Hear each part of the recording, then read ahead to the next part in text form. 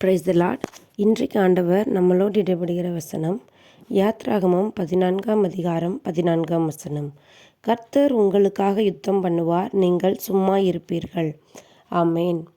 இந்த வார்த்தை பார்வோனுடைய சேனைகள் இஸ்ரவேல் ஜனங்களை துரத்தி கொண்டு வரும்போது இஸ்ரவேலர்கள் அவங்க கையால் மடிந்து போவோம் என்று சொல்லி ஆர்ப்பரித்து கொண்டு கலங்கி கொண்டு இருக்கக்கூடிய நேரத்தில் மோசே இஸ்ரவேல் ஜனங்களை பார்த்து சொல்கிறார், கர்த்தர் உங்களுக்காக யுத்தம் பண்ணுவார், நீங்கள் சும்மா இருப்பீர்கள்.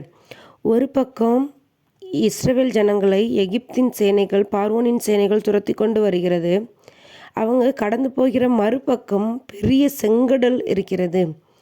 இப்பொழுது இஸ்ரவேல் ஜனங்களுடைய மனநிலை எப்படி இருக்கிறதென்றால், ஒன்று பார்வோனின் சேனையினால் நாம் மடிந்து போவோம், அப்படி இல்லை என்றால் இந்த செங்கடலுக்குள்ளே மூழ்கி மடிந்து போவோம்.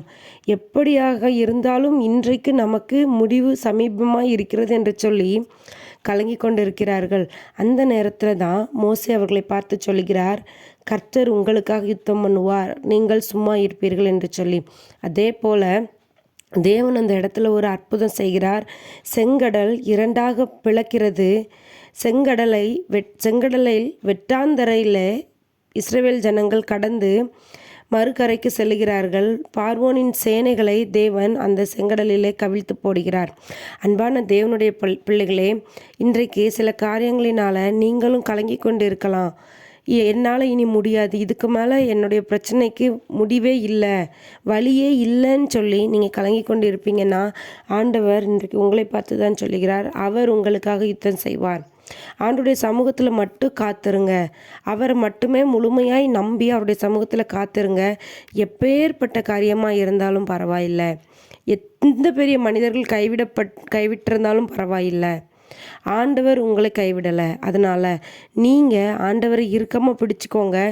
இஸ்ரவேல் ஜனங்களை வழிநடத்தின தேவன் உங்களுடைய பிரச்சனைகளிலிருந்தும் உங்களுடைய கடன்களிலிருந்தும் உங்களுடைய நிந்தனைகளிலிருந்தும் உங்களை மீட்டு மறுகரைக்கு அழைத்து செல்வார். எப்படி அப்படின்னு நீங்கள் கேட்காதீங்க, அந்த வழியை ஆண்டவர் உருவாக்குவார்.